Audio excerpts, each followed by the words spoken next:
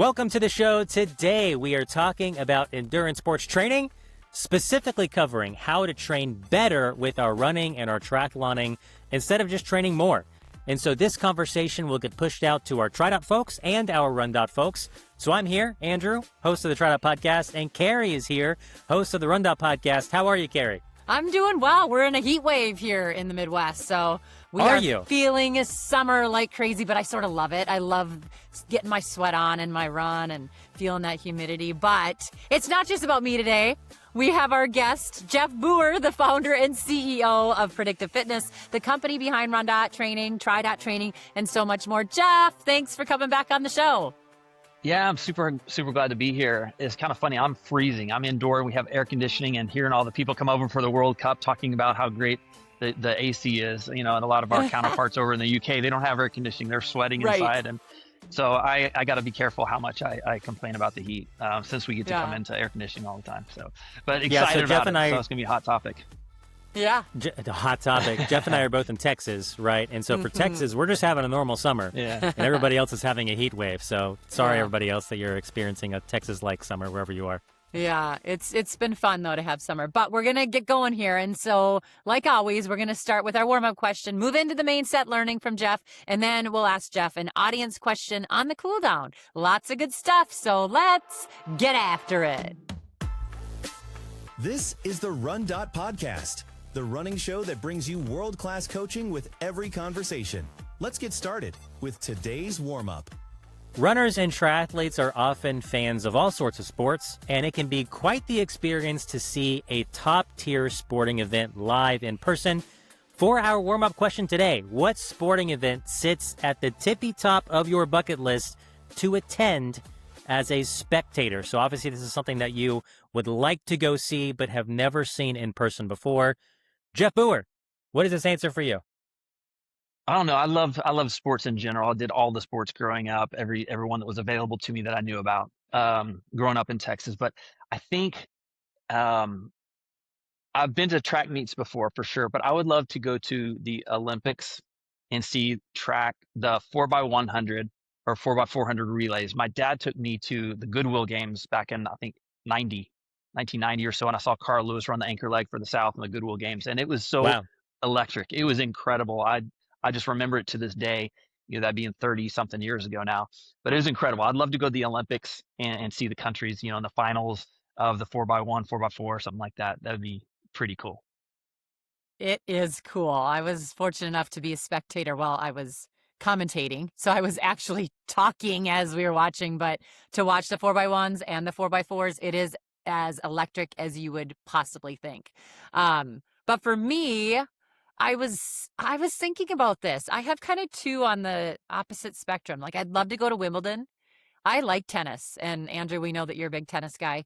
I would like to go over there and check that out. I think it'd be so fun. You get to see all the celebs from over there but also watch some amazing tennis. But one of the other things I would really love to do is go to the Final Four. Like, that seems doable, right? Yeah, it's here, that's a good one. But I feel like the Final Four, we get so into it and we get invested in that little bit of time in March. And I think I definitely have to do it with my boys. Like, Ruby's gotten to travel all over with me and go to cool events. And I think the Final Four for the boys, they would love it. Ruby would love it too. But that's something I feel like Charlie and I have to take them to. Yep, really great picks. Would love to see you do that, Carrie. And you got to post it to Insta when you do. Jeff, your opportunity is coming, my friend. LA 28. I know. Yes. Right? It's going to be close. It's going to be close by. I've probably already sold out everything. No, you can still get tickets.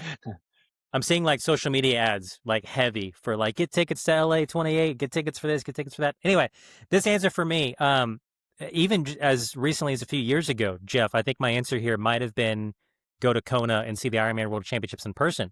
Well, thanks to working for TriDot, I have now seen the Ironman World Championships in Kona in person multiple times. So I get to move on from that. I also saw the FIFA World Cup in person here recently in Dallas. So that would have been a candidate for me. I saw England versus Croatia. No. The very first game in Dallas, 4-2 game. It was very, very good.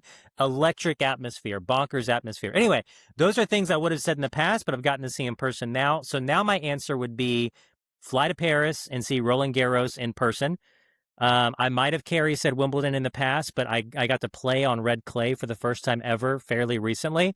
And so now I'm like, I kind of want to see the pros on red clay in person.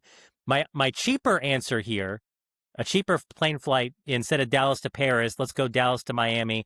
I would love to see a Miami Dolphin game in person in Miami.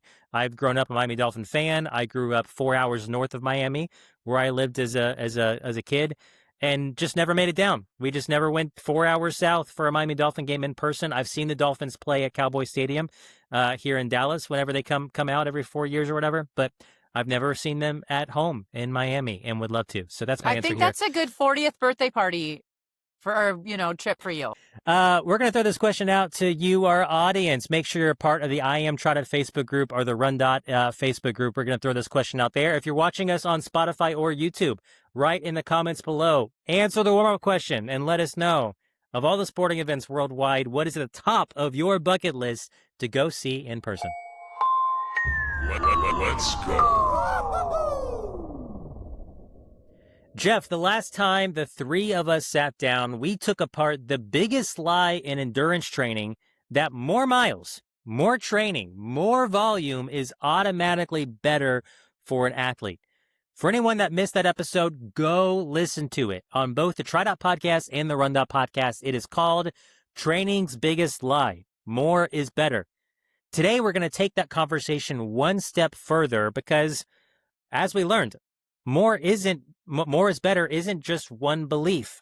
I personally, and the athletes that I know, I've seen this show up differently at every stage in an athlete's life. I have friends that are brand new to endurance sports and they believe it. I've seen experienced age groupers around the races believe this. And we know that plenty of elite athletes also believe this. And they'd each give you a different reason why they think more training is better for them. So Jeff, walk us through this. Why does more is better feel true no matter where you are in your sporting journey? Well, one is to think about. We can walk through this conversation, but it's understandable belief, I guess. It's not entirely false. We talked about before, like the more is better. Better isn't always automatic. It can happen sometimes, but it's always not the most efficient. Just adding more is never the most efficient way. So generally people that want to add more, they have an expectation that they want from that. Efficiency is first. And so when you're working out, more does produce better results, especially when you're starting from very little. And so that's one of the very first place. So my pushback would be that better training produces more results, less injury, or in less time with less injury. So that's the big thing. So the trap isn't that more works, it's the lesson that people get from that. When you're a beginner, when you're first starting out, almost anything works because you're just starting, you're far below your capacity. And so you add something. And so something improves you from nothing. And so they learn that right then. So they conclude that more is the method. You keep adding more and you keep getting better. And then they carry that conclusion along for years after it stops being true. So they're no longer a beginner anymore. So we're just adding something to nothing and they're getting that improvement. Experienced age groupers, think about them. Or if you're one, think about you have that same trap, that more is better mentality, because you're looking at all the people who are faster than you. So you're looking at these big weeks by elites and assuming that volume is the difference between you and them. If you just add the volume, then you're going to be as fast as the elites are. And so you kind of borrow that load from them, but they have a different body. They've been doing it longer. They have a different schedule. They have a different recovery profile. So they're able to do all these things. And that age grouper is kind of fallen susceptible to the correlation effect. So there's a correlation between the higher volume of these, more advanced age groupers or elites. And that's kind of where the myth does the most damage, I guess, in dealing with people looking toward people ahead of them, even the elites. Let's take the elites.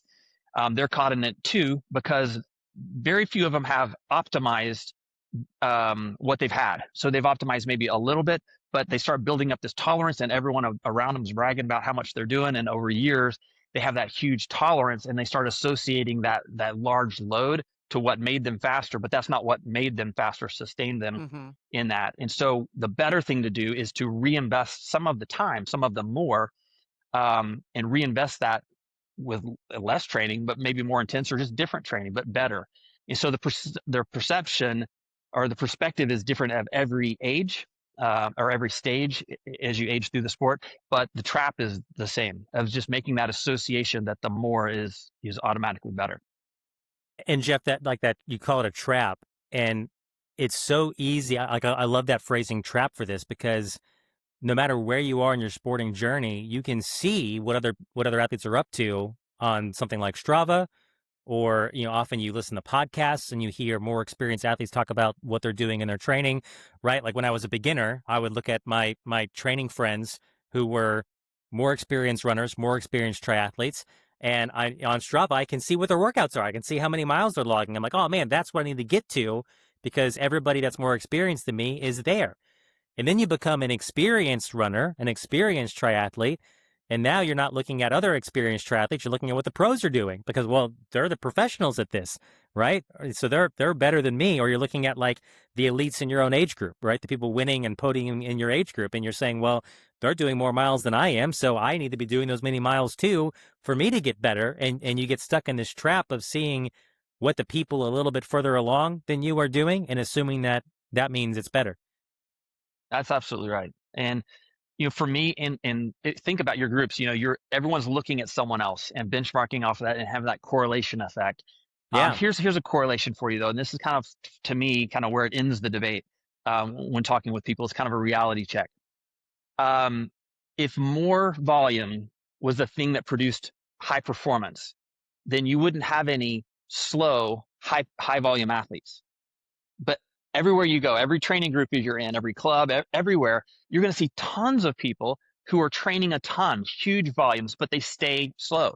They're just slow, they're methodical, they just keep doing it, but they're pounding out the high volume. So volume alone is not sufficient to improve your performance. And that's kind of where it is. It's not that more is not bad. It's just not first, it's not most optimal, and it's not the automatic path to improving your performance. And so like those athletes that are high volume, they're not lacking the intention, the effort, the commitment.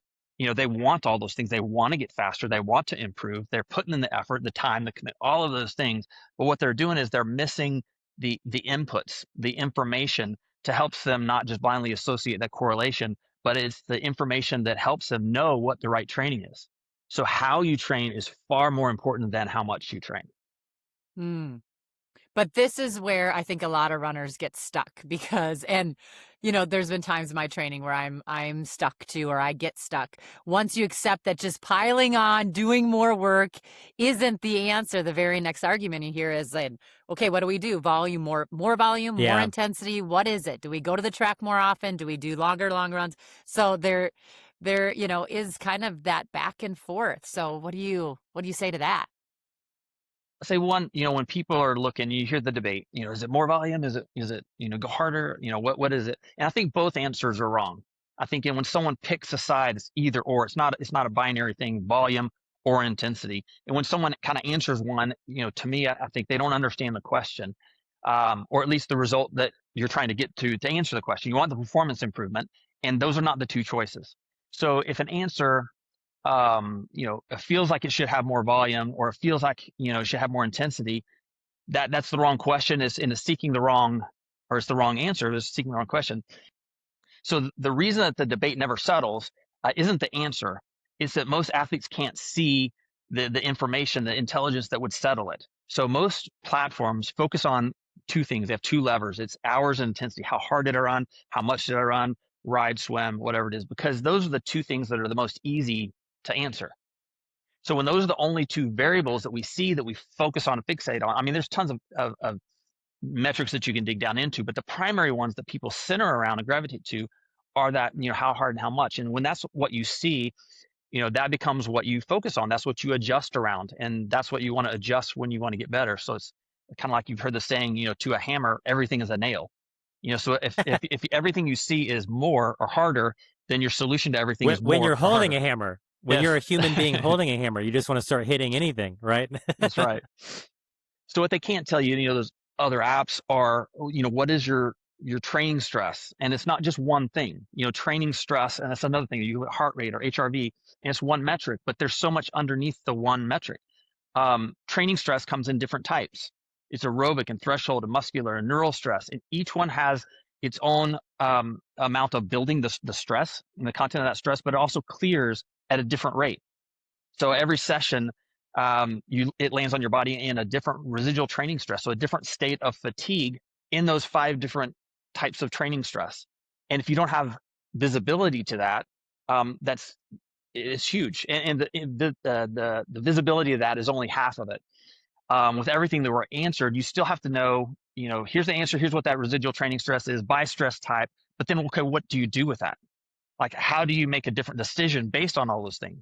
So it's not just that we see, volume and intensity and we don't see these other things, but once you see them, there's that intelligence layer of what do you do? And that's the harder problem to solve, because you can't use what you can't see, and then you can't decide what you can't interpret. So being able to have that ability to interpret, the data, having the data, and then being able to interpret that data is huge. So Not having to guess.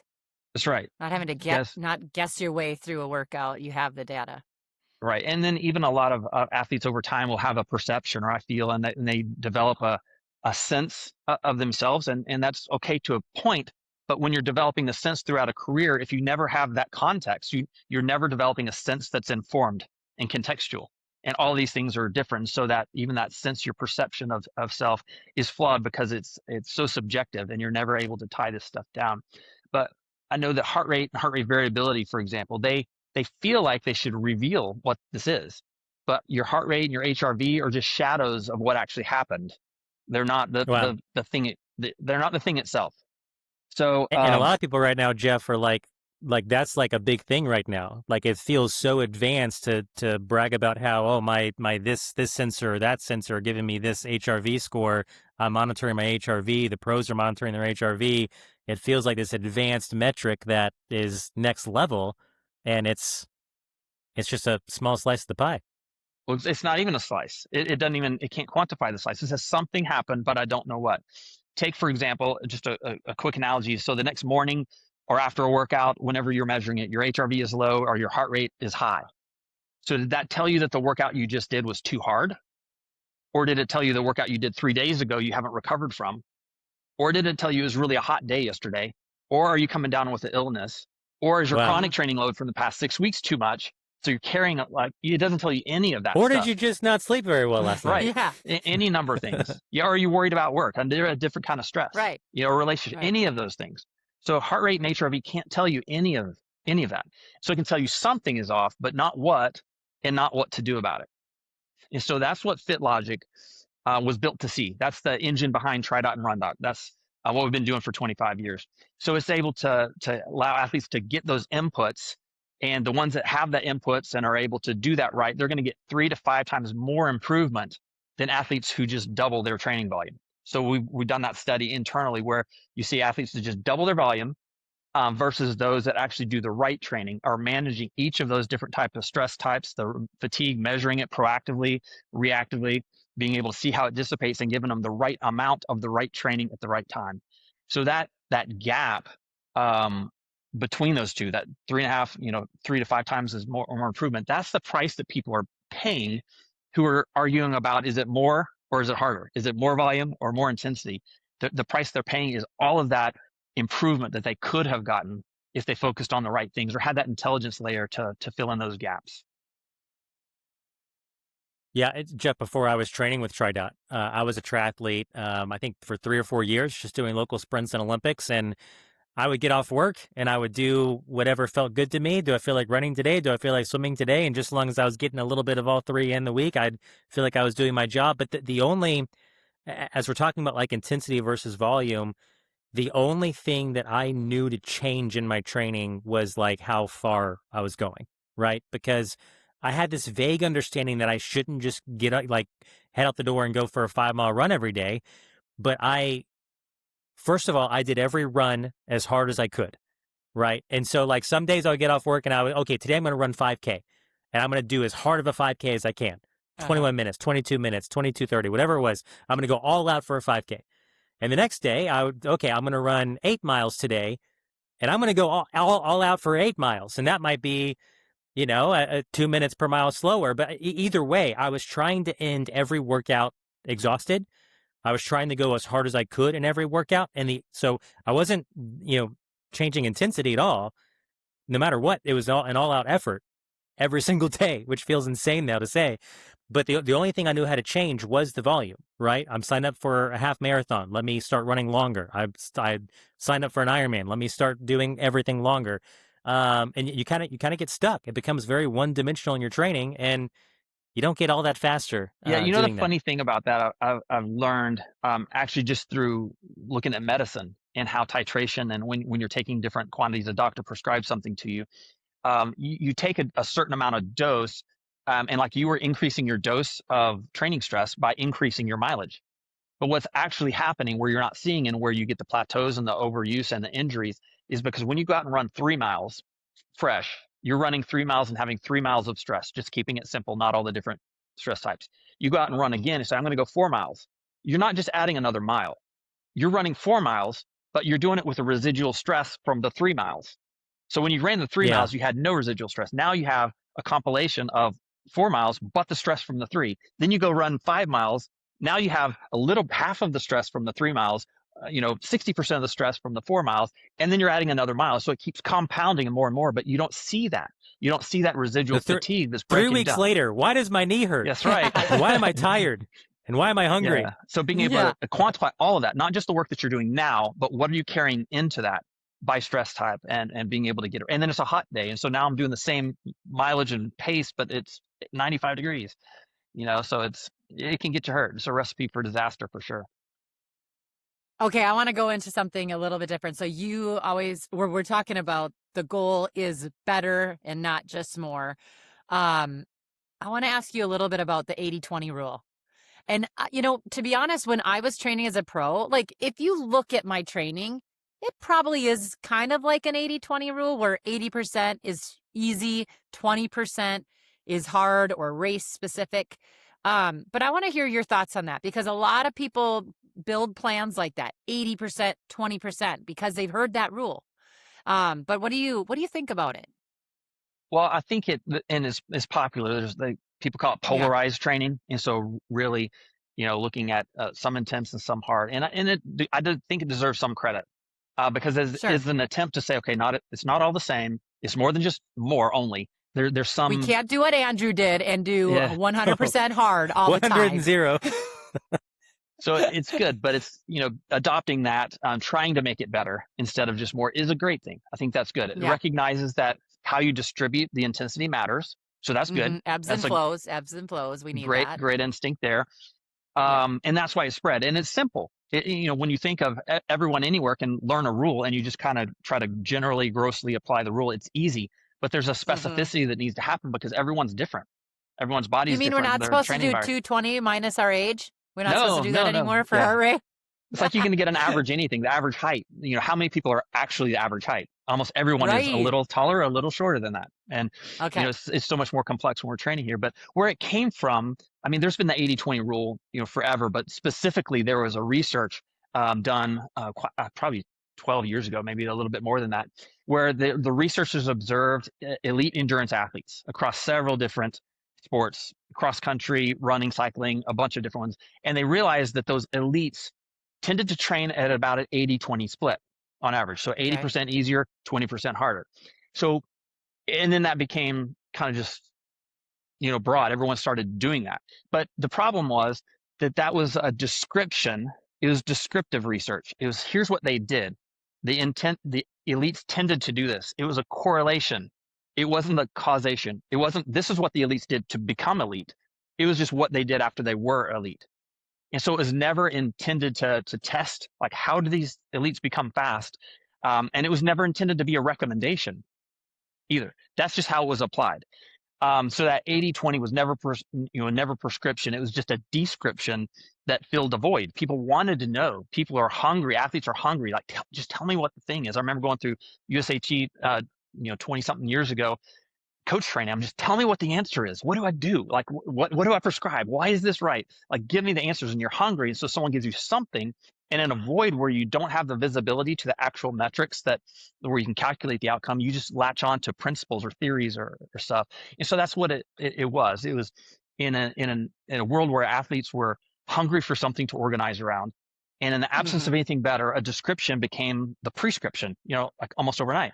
So people start doing that. So what it can't tell you, so say, okay, it's good. There should be a mix and some diversity in the amount of intensity that you do. That mix is important. But it doesn't say on that 20%, how much of that 20% is zone 4 or zone 5 or zone 6. Those are big difference. If you put all 20% in zone 6 or all in zone 4, that's completely different, recipes there. I think another thing is the different stress. Each is a very different stress with a different recovery profile. I think how long each effort is. Is 20% all on one day? Does that all go to your hard day? Or is it spread out through the week? So what does that look like in your weekly pattern? How often can you repeat that? How much can your body absorb? How fast do you recover? How old are you? So 80-20 apply to older people, younger people. What are you training for? Is it a full Ironman, a marathon, or is it a local 5K? What are you training for? So it's not a fixed ratio. All of that is very different, and the mix is very different depending on what you're doing. So, and when you look at that same ratio, it describes completely different training. Depending on who's doing that. So another 80-20, if you look at that for someone who's training 6 hours a week, is very different than someone training 18 or 20 hours a week. It's not at all the same ratio. It's not even close. It shouldn't be the same thing. So basically it's a description of what elites did, and that's not a plan for you. 80-20 isn't more, but it isn't quite better either. It's kind of maybe a step in that direction. So I think the initial impulse is right, but it doesn't have the intelligence to finish the job. So it raises exactly the right question, but it just can't answer it. So if not a fixed ratio, then what? You're kind of left there stuck. Yeah, it's kind of like a good base or like a jumping off if you're like trying to think of what you need to do.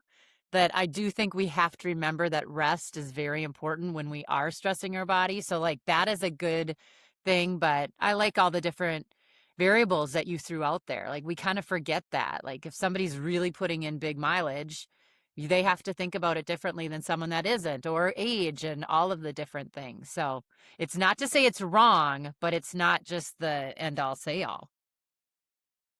Yeah, Hey, Jeff, I've been at the races with athletes that, as we're talking about TriDot training and what TriDot does, and I kind of describe like what the training design is like and how it builds you for certain races and events. I've literally had athletes look at me and say, "Oh, it sounds kind of like 80-20," and I'm like, "No, no, I can see why you're thinking that way because, like you just said, there is the impulse behind 80-20 is correct. It just the rest of it is wrong. It doesn't have the intelligence to finish the job.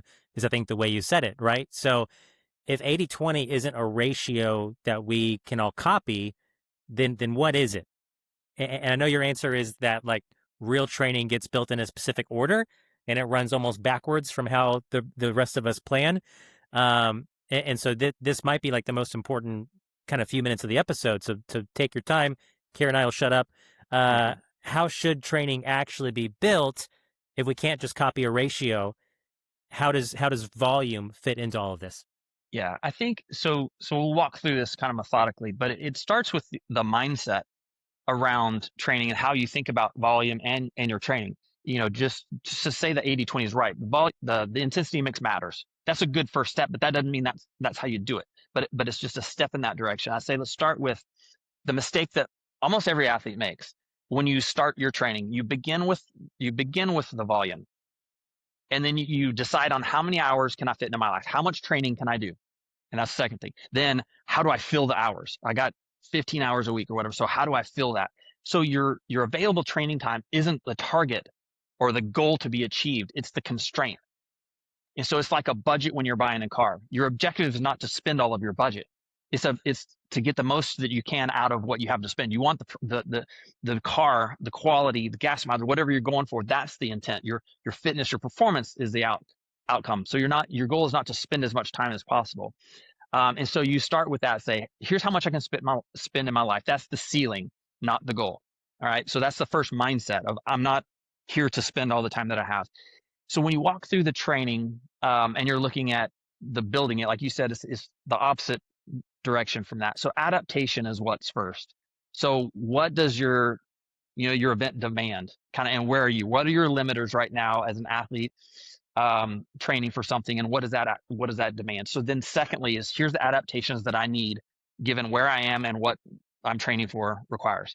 Next is the intensity. All the intensities are better or worse than others at driving an adaptation. So a specific imposed stress is going to have a specific response to that. And so your intensities are going to drive those specific adaptations. Then you look at the durations, like how long do I hold that intensity? And so when you're planning how much is my interval? How much is my, this session or that session of quality work? And so you're looking at the intensity and then how long do you hold that intensity? And that's what your body understands. It doesn't know how far you went, doesn't know all these other things. It knows, here's how hard I worked and here's how long I held that intensity for. So that's the crux. That's the meat, the very core of your training. After that, then there's a frequency. So, okay, great. Given that amount of training stress and the dissipation of that, the residual training stress from that workout, how often can I repeat that? So if I do the workout, I improve, I recover, then how often can I do this? And it's different for the different training stress times and the volume, and you as an athlete, your recovery rate, your age, all those things matter on how you're able to do that. So that harder intensity work, it demands more recovery times. And so you can't repeat it as much. Lower intensity, you can clear further and you can do more of it. And that's where we get, the average 80%. You can do a lot more of the lighter training because you can recover from it quicker and do more. And so after those four are done, the adaptation, the intensity, then the duration, then the frequency, then the volume is what comes out of that. That's the leftover. That's just the product. That's the byproduct of all of those decisions that came before. It's the sum of the training that your design calls for. So it's not the start, it's the end. The volume is the output, not the input. So if you think about and that. Jeff, I'll tell you, every time we've been podcasting together for 6 years now, every time I hear you talk about this, whether it's on a podcast or behind the scenes to some coaches at an event or an expo or something, I always think to myself, I am so glad I have TriDot doing this for me. I'm so glad that the FitLogic intelligence engine is behind the scenes ordering my training based off of all these principles, and that I don't have to figure this out on my own every time I get off work and want to go do a workout. Absolutely. And I think that's another, like we were talking about the apps before, they focus on two easy metrics. Those are the easy levers to pull: volume and how hard you work, intensity. All of these other things happen to make it more efficient. That is the physiology that's happening inside your body. It has to happen. There's no options. It's not a opinion or a method. That's what's happening in your body. The adaptations needed, the intensity, the duration, and then how often can you do them? So filling hours for the sake of filling hours doesn't make you fitter. It just makes you tired. If you think of it like, and I know we talked about this before, an analogy of a salesperson, thinking that, hey, I'm going to produce more revenue for my sales, so I'm just going to call a bunch more people. Well, if you're not doing the job right, calling more people is not what's going to produce it. It's better prospecting, better questions, better closing of each of those calls. More calls only pays off if you're multiplying a lot of good calls. So that's the result. And so you have to have the better, all of those little pieces. That's the prospecting, the questions, the closing. All of that is the intensity, the duration, the frequency, all of those decisions made better. Now then you can add more. So after that, you can have more volume. There's diminishing returns and other considerations, but that's when the more comes into place. So that's where it earns its place.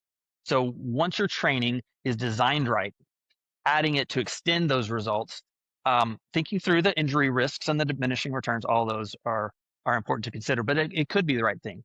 So more on top of good training design, that could take a good athlete even further, but more on top of bad design or no design, when it's just kind of just a bunch of training, go out as hard as I can every day, then that's just extends your exposure to injury.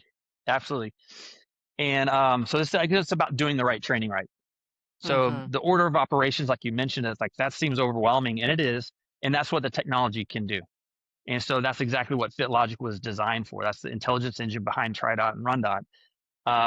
So that it's not about the most, it's about doing the right training right, designed right, in the right amounts. One thing that I love about RunDot and FitDot, though, or in RunDot and TriDot, sorry, is that we do have personal coaches too that can go along with the platform. Yeah, and I think 100%. for me, like as an athlete that always had a coach in my ear, and like I'm telling you, anytime a coach would say to me, "Hey, champ," like right then and there, I was going to have a day. Yeah. I was going to have a good day. So, Hey, buddy. Hey.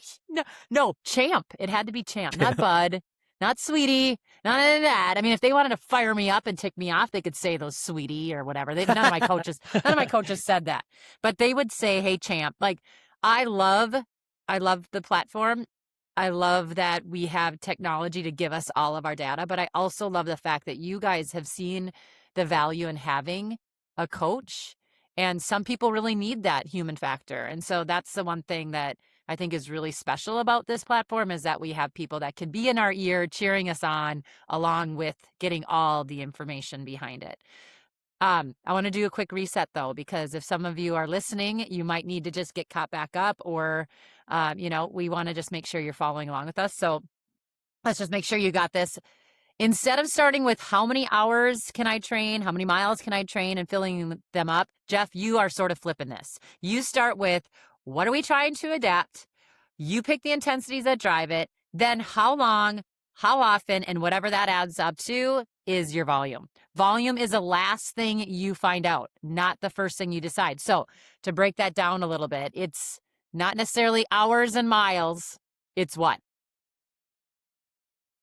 It's doing the right training right, designing it right. Just like you said, like, where are you? Where do you need to go? What intensities get me there? And then how long can I do each one? And then how often can I do each one? And then let the volume end up where it's at. And the topping constraint is just, what can I fit in my life?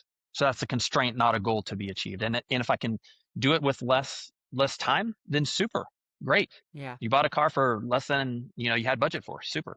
Yeah. But this is where it trips people up. I mean, I was kind of a mileage junkie gal. I hit 100 miles one time and I was like, oh my gosh, this is why I'm a pro. This is why Adidas is paying me so much. So when you train that way, hours and miles, when do you get over the fear of, I'm losing fitness? Because it's not all about the number of hours or miles that I hit each week. I think getting over the fear depends on where you've come from. So if you came from that mindset, or you're coached by that mindset, then there is that feel, because you start making some false associations of what fitness is, what performance is. And so that's it's emotional. It's not rational, but I understand it completely. So I think that a lot of but athletes who have come up in the TriDot world, the RunDot world, where they're looking at the actual workload and they're having these things done, they have a greater sense, and they would fear not doing these things. They would fear doing too much and not having the system to give them just the right training at just the right time for them.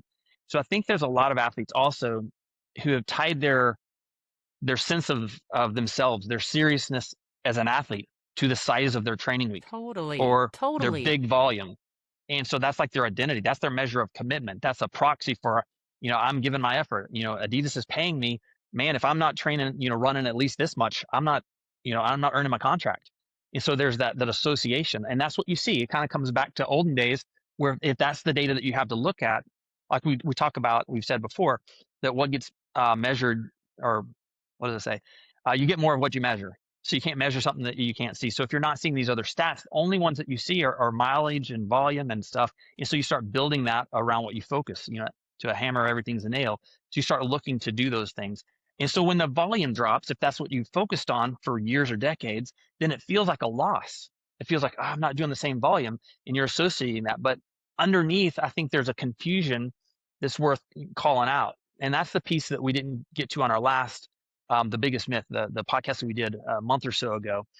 And that is that fitness and performance ability are not the same thing. A lot of people use them interchangeably. I didn't have the fitness going into this race. And they're thinking performance ability. So fitness specifically is your ability to sustain a high training load. It's just being able to handle it. My fitness supports this much work to be done. That's disassociated from your actual performance ability. There's a lot of people with that load that can't perform as good as other people.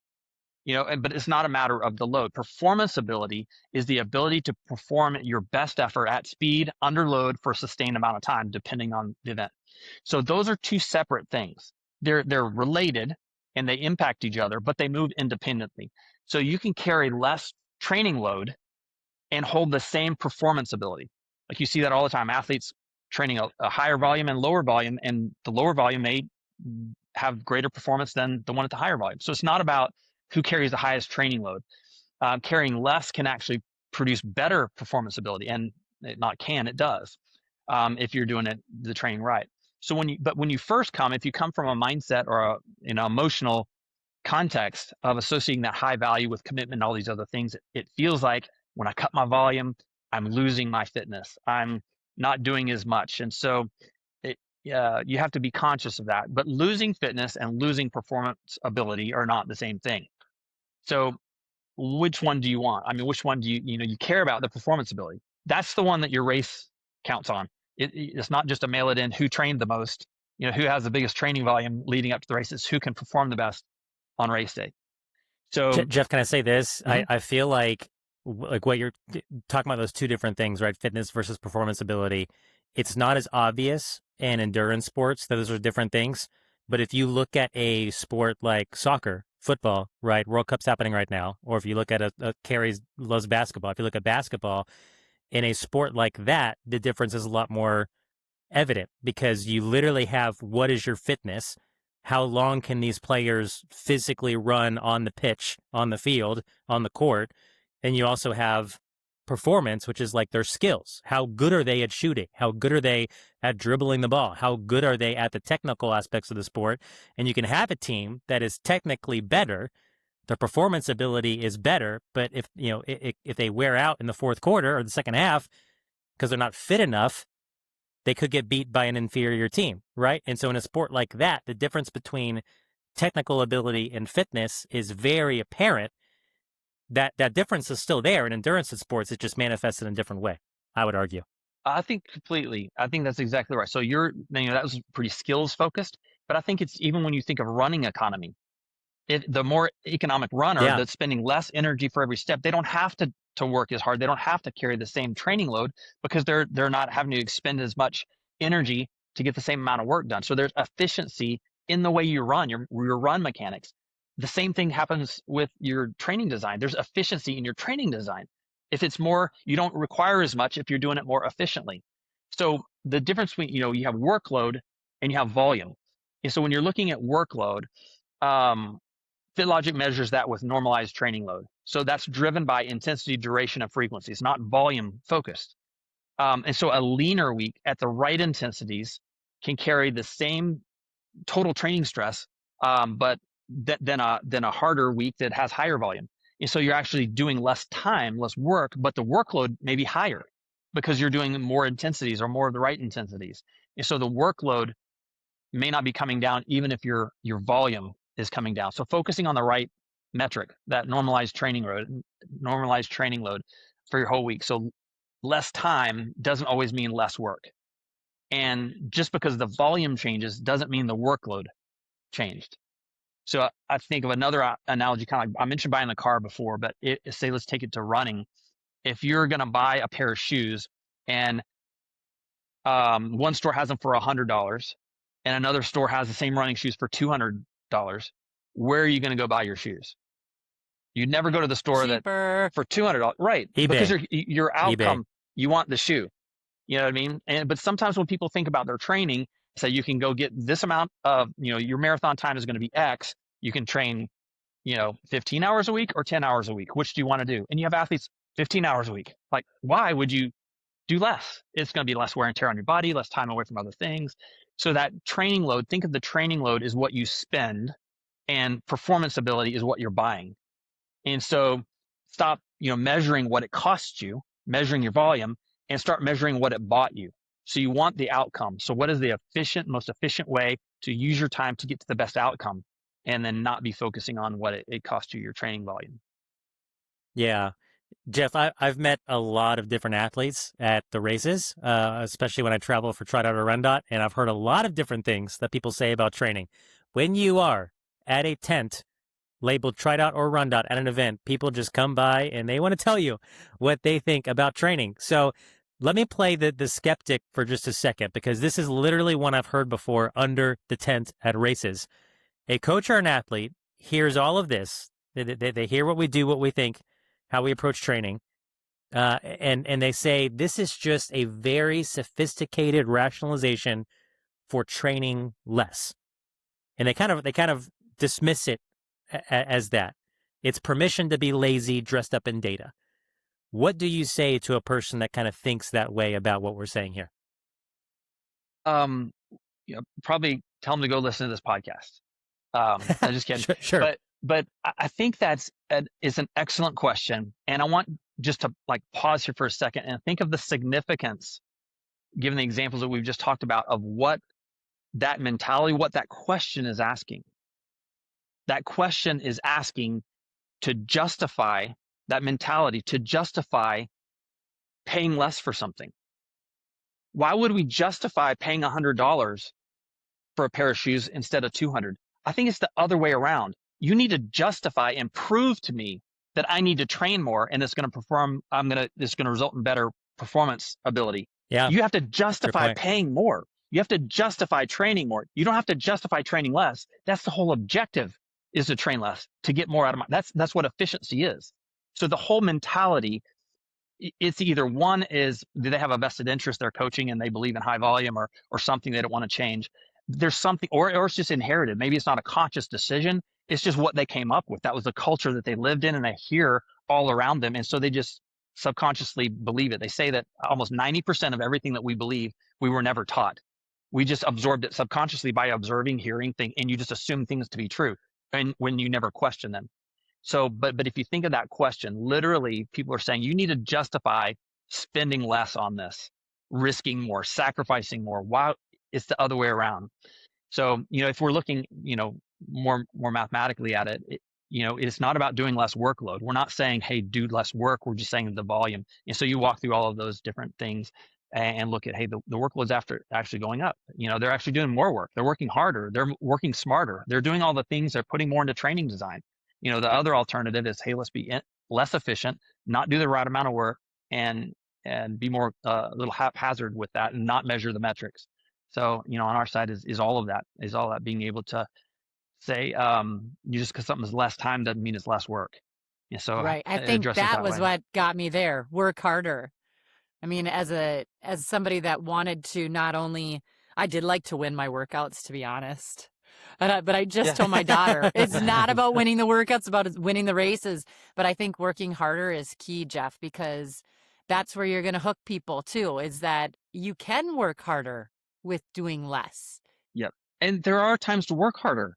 There are big workouts that you need to go and race it, do it, kill it. Big, long workouts, hard workouts. There are big weeks. There are all of that. Yeah. But that's just not what comes first. And that's what you have to justify. Why am I inducing this much extra injury risk or this much time or this? You justify why you do the extra, why you do the more. And if you do it purposefully, that's great. But then you got to remember on the other side of that is smarter, more conservative, more restrained, more disciplined training on the other side. It's so interesting. I would say inefficiency isn't dedication. It's just inefficiency.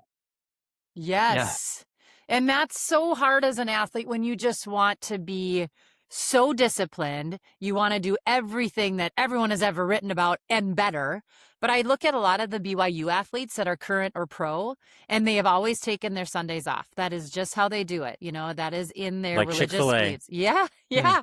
But they will not run on their Sundays. And then they take their mission trips and they do not run on those mission trips, and they come back and they're fine. It takes time, and so like everyone is different, right? And everyone can figure out what works best for them. But I like how you're saying this today. And I think you're explaining it in a way that is understandable for everyone, but we can still work very hard. We just don't have to do it forever. We don't have to just run 300 miles a week just to say you did. That's right. I think of Eric Liddell. I can't. Chariots of Fire. Doing a race on Sunday. Dun, dun, dun, dun, dun. Yeah. Nice, Carrie. Nice, Carrie. Thank you. So Jeff, you were talking there for a little bit about making your training more efficient. And I got to be honest, and I think most athletes are probably this way. Like when you get into running or you get into triathlon, I didn't consider how efficient or inefficient my training was when I was just doing like sprints, Olympics, 5Ks, 10Ks. I didn't start questioning that until I started signing up for a half marathon. half Ironman. And honestly, that's when I found TriDot, because I recognized after I did my first half Ironman, I recognized like, man, like this is a lot to do this thing properly. It was a lot of training, a lot of hours on the race course. You want it to go well. You want to do the best you can. And I realized after my first half Ironman, I can't do this well on my own. I need to be coached by something smarter than me. And I found TriDot, started training with it, loved it. And that's when you start realizing this is such a more efficient way to train. And I always, when I was just doing like short course stuff on my own, I always just thought like, oh, like a training plan, having a coach, having a training design, like that's for people more advanced than me. That's for people better than me. I don't really need that. Now, where I sit now, I wish I had had that all along. I wish I had been training more efficiently when I was just doing 5Ks, 10Ks, sprint triathlons. So let's talk about that word efficiency for a second, because I think everybody should have the most efficient training plan that they can have, right? Because chasing volume costs something. And I think there's kind of two different bills here: what it costs your training and what it costs your life. The thing that attracted me to TriDot is that I could train less hours and it would cost my life less time to train for these crazy sports. You mean you could sleep a little bit more? You could actually get an hour. I can hang out with my wife. Oh, I can hang out with my family more. What? You yes, could actually please. coach Little League rather than showing up and just yes, please. In your sweaty exactly lycra. Right. Do people still call it lycra? Spandex? Yeah, we sure do. We sure do. We love our lycra. Okay. And Carrie, that's making its way in the running with the split shorts, right? You guys just don't call it lycra, but it's the same thing. We started it. Triathletes. We started it. I see. Yeah. Mm-hmm. But Jeff, if I go do like a Saturday group ride, right, and that's like and there's the same thing in run culture, right? You do a group run out of a run shop or something. Like the workout on a day like that isn't really the point, right? The workout, the point of going to one of those things is to be social and to be with other people. So talk about those two factors of like what the real cost of doing more training is, and this idea that some sessions aren't chosen for a particular audience. Yeah, I think you're right. You touched on a lot of things there. I think they're all great. One is when you I ramble, Jeff. when you look at the I cost. ramble. No, it was good. Made me think of several different things as you're going through there. I want to make sure I hit them all. One is, that cost of inefficiency. It I'll say accelerates, but it gets more the further you get into the sport. So when you're young and training for a 5K or sprint triathlon, being inefficient doesn't cost you that much because you got a lot more time. It's not taking an exorbitant time already. You're young. Even if you're training wrong, you're going to recover fast. Your probably body composition is a lot better than it is when you're 60 or something like that. But the further you get, when you start doing the 70.3 or half marathon, full marathon, well, now the stakes go up. Now you're pushing on the limits of what you can do within your life. As you get older, you're not recovering as fast. Doing the wrong thing costs you more. You may not be able to continue it. Maybe, longer races, you say, I can't do this distance of a race anymore because either I get hurt too much or it takes too much time.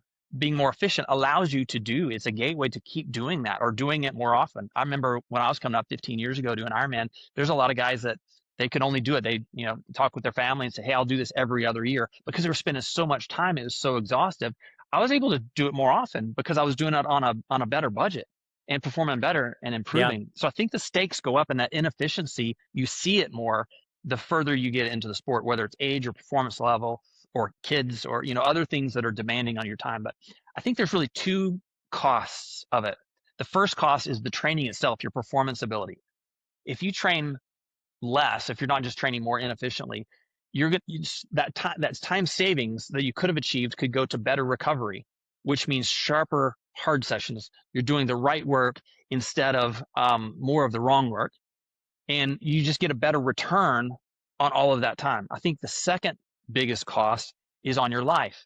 It's the dinner that you skipped, the mornings that you weren't present for your kids, the, having a long middle of the day, sacrificing your career, the projects you're working on. And it's great if that's your commitment and that's your choice, but doing it out of inefficiency is not good.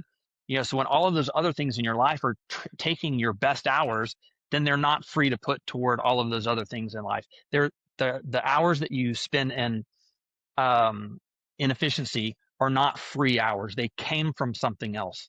And a lot of times people don't connect it to what they actually gave up. and adding that up. We talked about Andrew Hall, and his time savings at the elite level. If you added all that together in 1 year, it's 3 months worth of 8-hour work days that he spends training less than his counterparts that he's beating. It's huge. So the cost on the rest of your life is enormous. And I see there's a subtler cost, and you mentioned kind of going out on the group ride. There are rides where you go out and the point, or you're at the pool or a run, and it's just social, and that's part of the fix. And that's fine if that's your intentional purpose for that effort. But a lot of times you'll go do that session, and maybe the session is chosen for the audience, not for adaptation. It's the long ride because you want props. You want to post and put it on Strava or somewhere. And everyone's going to say, yeah, great job.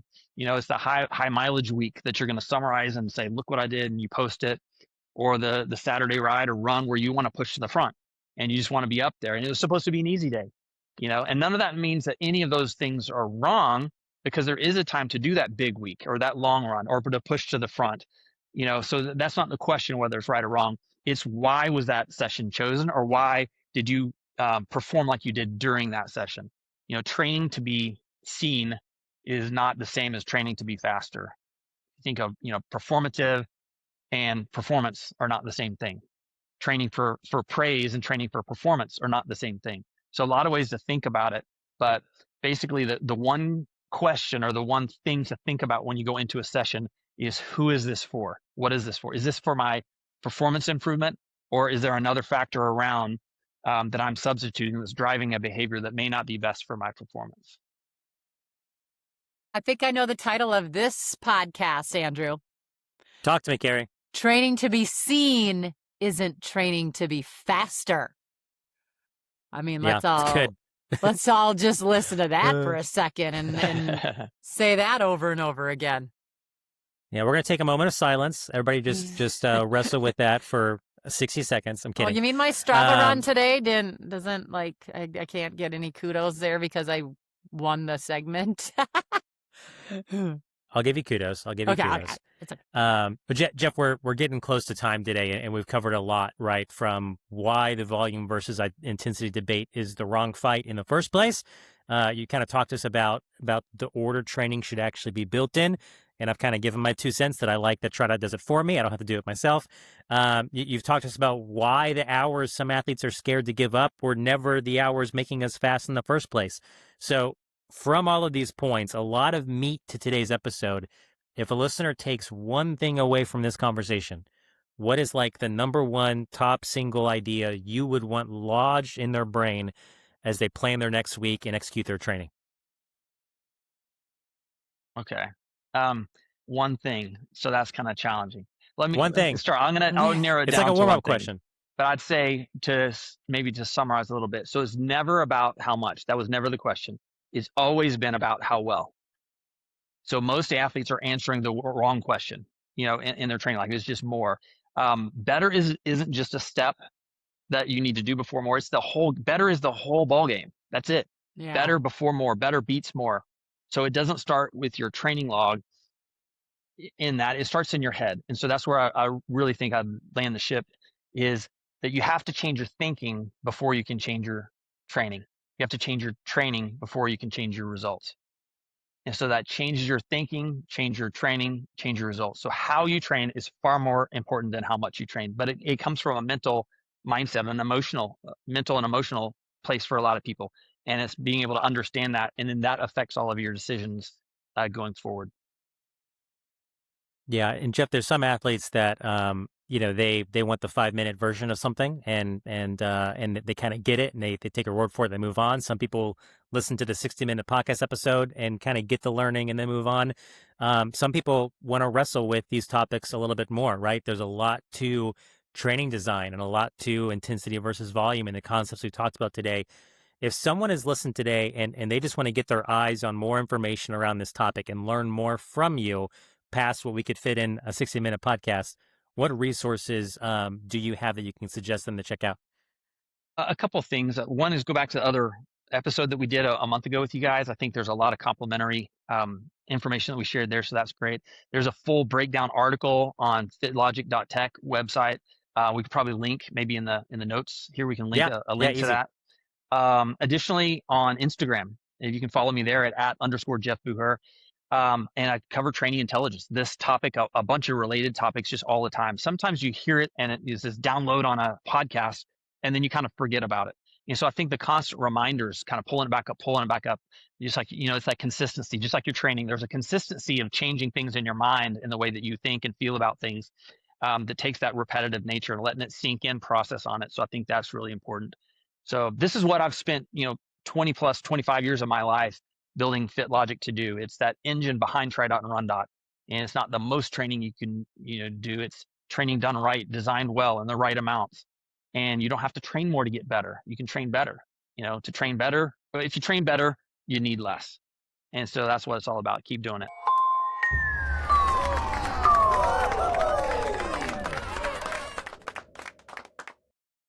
All right, Jeff, are you ready for the cool down question? I don't know that I'll ever be ready, but let's go. Okay, well, this one comes from Tyler, Texas. Is that close to you? It's not too far away. Yeah. Couple hours. Yeah. Okay. 2 hours? Oh, not too bad. Okay. Well, Coach Gina Reimel says, when can we expect some new swim sessions? As a team swimmer in my junior days, the current swim workouts I get sometimes feel a little boring. No offense, she says. And Jeff, do you think we're going to see some new swim workouts? How about for the runners? Are we going to see some new run workouts? What do you think? And Jeff, I do want to jump in. Okay. You and I both know Gina from Tyler. Hi, I've Gina. met Gina She's at amazing the races. coach, Gina. She's an amazing coach. She's a TriDot pool. She's on deck at TriDot Pool School teaching swimmers how to swim. So I know that Gina isn't asking this question out of hate for TriDot. It's out of love for TriDot. And Jeff, what I want to interject here, I have heard this comment 3 times in my 7 years as a TriDotter. I've heard 3 different athletes in all of my years, the hundreds of athletes I've met.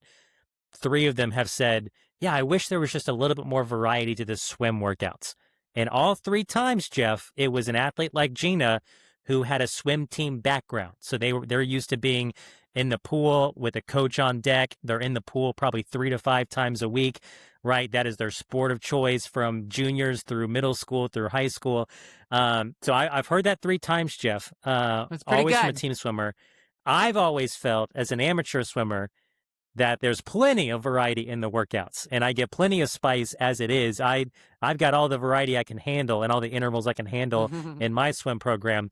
But Jeff, for the Ginas out there who are really good swimmers, really experienced swimmers, any new workouts coming to the app? Yeah, I'll share a little bit about this on the swim side, but then expand it also to some of the stuff that we're working on, across all of the different disciplines, biking and running as well. But in TriDot, that has the swims, obviously RunDot doesn't.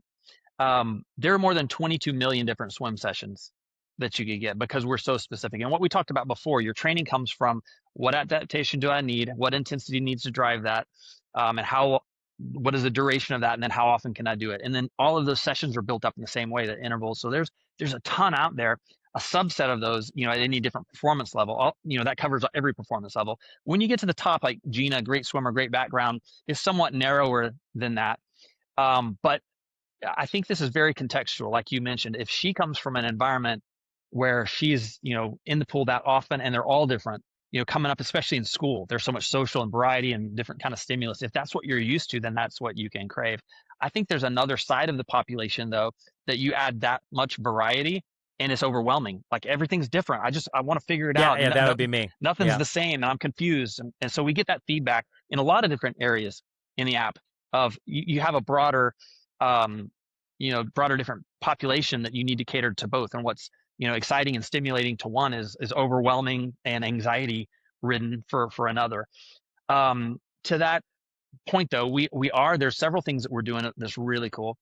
That one is adding the ability to have alternate workouts. And so if you do have a workout and you say, I don't want to do that workout, you can flip to another couple workouts that are different, either different versions of that workout or slightly different, but they have the same intensity, primary intensity. They have the same structure. It's an interval, it's a this or it's that. So it's similar and it's going to drive the same adaptation, but it may not be the exact same workout. And so that's going to be really cool. So we're working on that. And another feature in there where the coaches can actually, I mean, they can make up any workout. They can already supervise and override the whole system any way that they want, but it's going to make it a lot easier for them. Like literally, they're just speaking to the workout. They're saying, Coach Gina here, I have my, Sam, my athlete, I want to increase this, do this, add this, and it just does it. It just creates those sessions and then creates the associated training stress associated with that residual training stress and all the different, metrics that need to be done. And so it's just like infinitely malleable for those different athletes. And so at that point, it's an infinite number of sessions that we have. But the key thing is that we and a coach, Jeff, could do that for a run workout as well, right? For our correct. RunDotters Yeah, listening. everything. Yeah, and then we've done most on the running and cycling side. So that's where it's a lot better and easier to do.